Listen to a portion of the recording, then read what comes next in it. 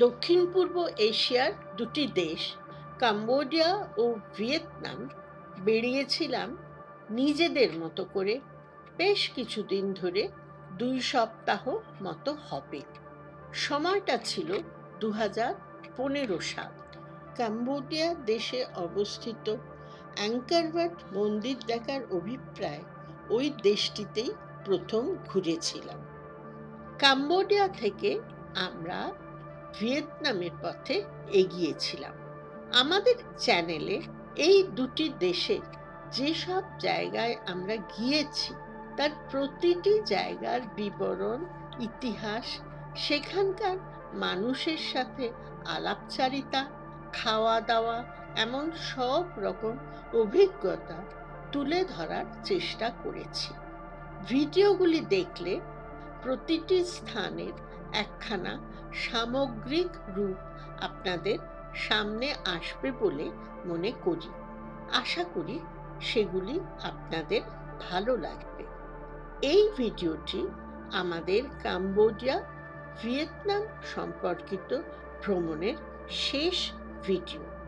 ঠিক আগের ভিডিওটি নিশ্চয় ইতিমধ্যে দেখেছেন কম্বোডিয়ার রাজধানী নম পেনের রয়্যাল প্যালেস।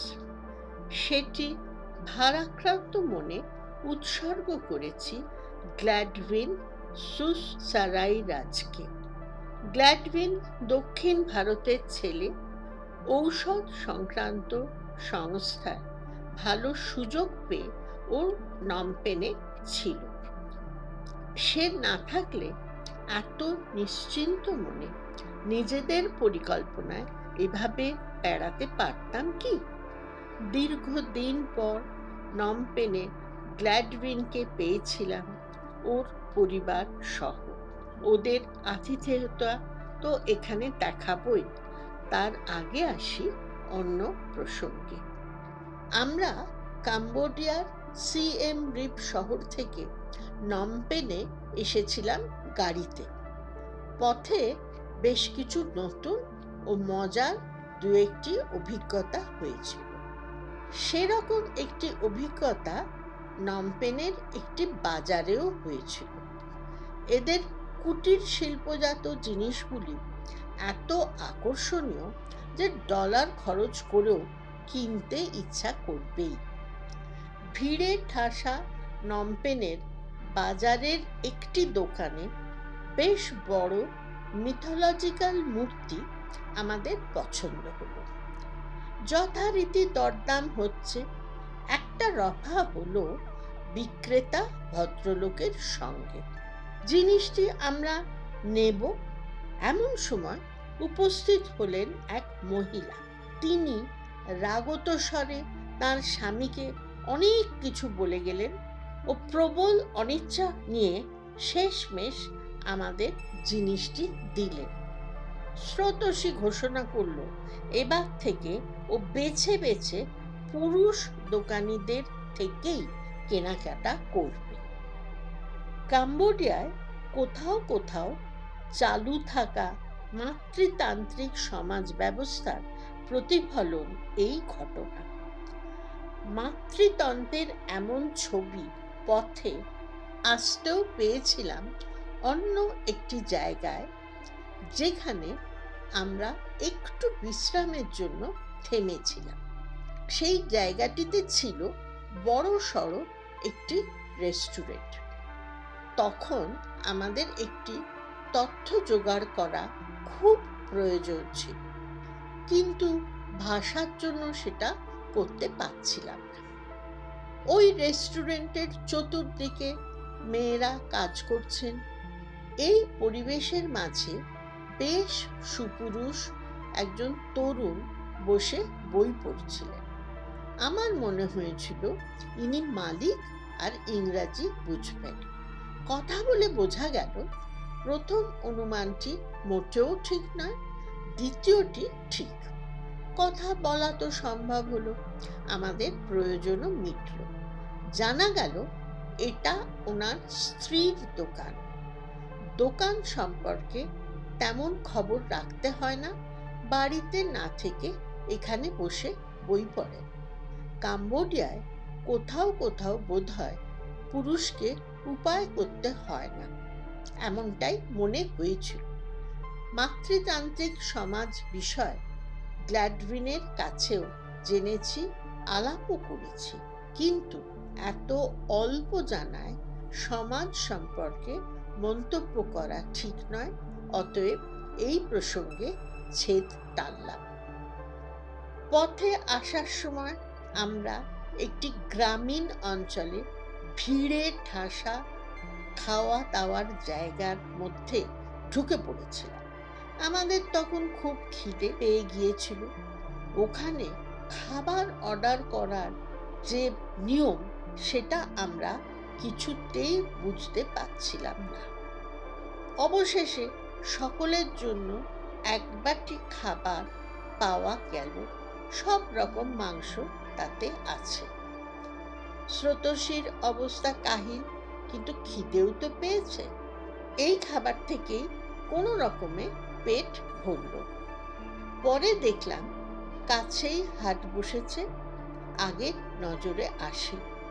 আগে দেখলে খাওয়া দাওয়ার ব্যাপারে আমাদের একটু উপকার হতো। এখানকার গ্রামীণ এলাকার পথঘাট বেশ ভালো, দারিদ্র নজরে আসবে না।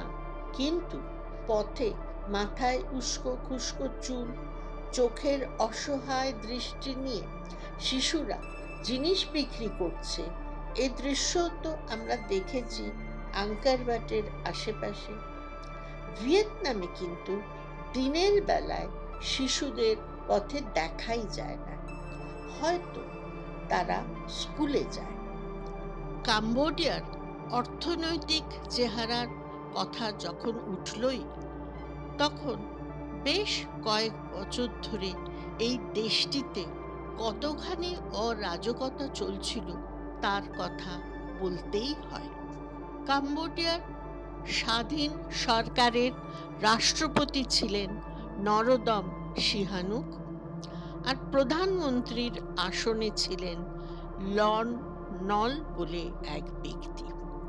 সরকারের পরিচালনা ব্যবস্থায় খেমার রাজবংশের প্রভাব প্রতিপত্তি ছিল বিস্তর, এবং রাজ পরিবারের সাথে যুক্ত অনেকেই ছিলেন দুর্নীতিপ্রবণ ও প্রশাসনের কাজে অনুপযুক্ত। এমন শাসন ব্যবস্থায় শহরে ও গ্রামের মধ্যে দেখা দিয়েছিল প্রবল অর্থনৈতিক বৈষম্য।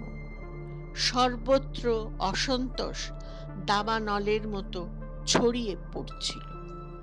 এইরকম একটা সময় লন নল নরোদম সিহানুকের সরকারের বিরুদ্ধে মিলিটারি কুর মাধ্যমে সম্পূর্ণ ক্ষমতা দখল করেন। কিন্তু তার দক্ষিণপন্থা নীতি নানা অভ্যন্তরীণ বিষয়ে আমেরিকাকে হস্তক্ষেপ করবার অধিকার অর্পণ জনসাধারণের মধ্যে আরও অসন্তোষের সৃষ্টি করে। প্রকৃতপক্ষে দেশে চলছিল গৃহযুদ্ধ। এই পরিস্থিতিতে কমিউনিস্ট পার্টির দল খেমার রুজ ও তার প্রধান পল পট 1975 সালে লন নলের ক্ষমতা কেড়ে নেয়। ভিয়েতনাম দেশও লন নলের বিরুদ্ধে কড়া প্রতিরোধ তৈরি করে। পল পট গ্রামীণ জনগণের পক্ষ অবলম্বনের নীতি গ্রহণ করেন, কিন্তু গ্রামের উন্নয়নের তাগিদে তিনি শহরের মানুষ, শিক্ষিত মানুষ, শহরের সংস্পর্শে থাকা মানুষ ও অন্যান্য ধর্মীয় সম্প্রদায়ের মানুষ, যেমন খ্রিস্টান, মুসলিম, এমনকি বৌদ্ধ মতাবলম্বী এক অংশকেও শত্রু হিসাবে চিহ্নিত করে অকথ্য অত্যাচার করতেন। এই অত্যাচার শিশু থেকে মহিলা বা বৃদ্ধ কেউ ছাড় পেতেন না। এই অত্যাচারের পর তাদের হত্যা করা হতো। কম করে 30 লক্ষ লোকের প্রাণ এভাবে চলে গিয়েছিল। এই অত্যাচার বন্ধ করার উদ্দেশ্যে ভিয়েতনাম দেশ 1978 সালে এগিয়ে আসে। এর পাশাপাশি অন্যান্য আন্তর্জাতিক শক্তির হস্তক্ষেপে পল পটের এই শাসন থেকে কাম্বোডিয়াবাসী মুক্ত হয়। পর্যটকদের দেখানো হয় এই বাড়ি, যেখানে ওদের মানে সন্দেহপ্রবণ ব্যক্তিদের বন্দি দশায় রাখা হতো অভাবনীয় দমন পীড়ন কষ্টের মধ্যে। আলো হাওয়া মুক্ত ছোট ছোট কুঠুরি, লোহার শেকল, এসব দেখতে নরক যন্ত্রণা সম্পর্কে মনে একটা ধারণা তৈরি হয়েছিল। এই জায়গাটি S21 নামে পরিচিত। এরপর গেলাম কিলিং ফিল্ড দেখতে। জায়গাটা S21 থেকে খুব বেশি দূরের নয়। বিশাল এলাকা, এখানে হত্যা করা হতো। মাঠের মধ্যে হাড়ের টুকরো ছড়িয়ে ছিটিয়ে আছে, কোথাও বা একটি বেশ বড় গাছ, যার গায়ে লাউডস্পিকার লাগিয়ে হত্যার সময় মানুষের আর্তনাদ চাপা দেবার চেষ্টা করা হতো। কোথাও বা হত্যার আগে ওদের জামা কাপড় এখনো রাখা, এমন কত কি। এগুলির বিবরণ বা বর্ণনা দিতে মন চাইছে না, সংক্ষেপে কিছু তুলে ধরলাম।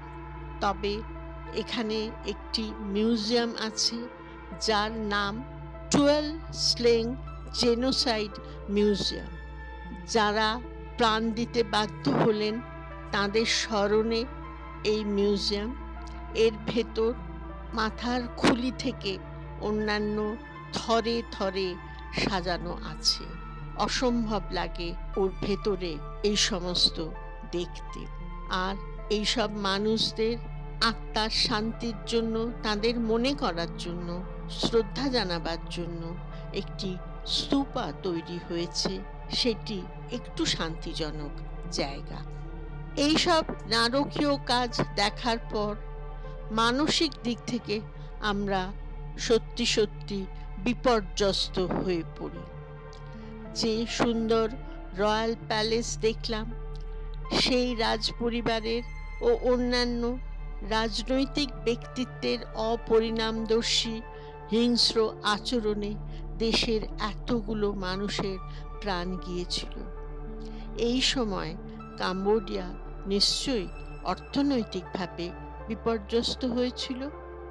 দেশের অন্যান্য স্থানগুলির মধুর অনুভূতি যেন অন্তরালে চলে গেল। বিষাদগ্রস্ত মনে হোটেলে ফেরত এলাম।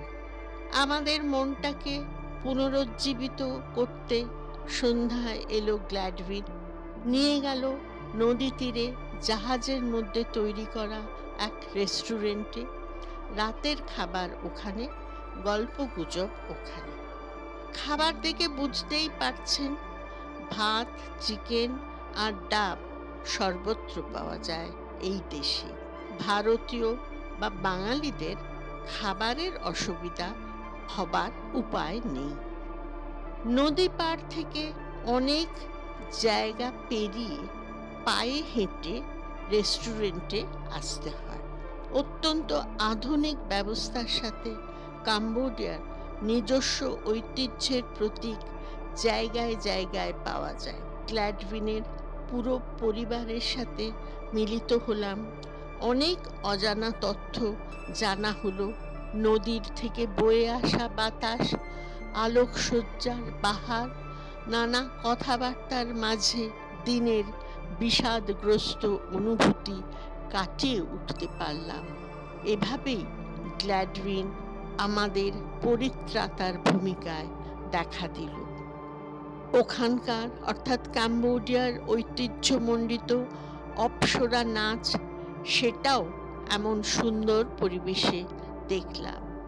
এই স্নিগ্ধ স্মৃতি নিয়ে পরের দিন সকালে আমরা পাড়ি দিলাম ভিয়েতনাম দেশের উদ্দেশ্যে।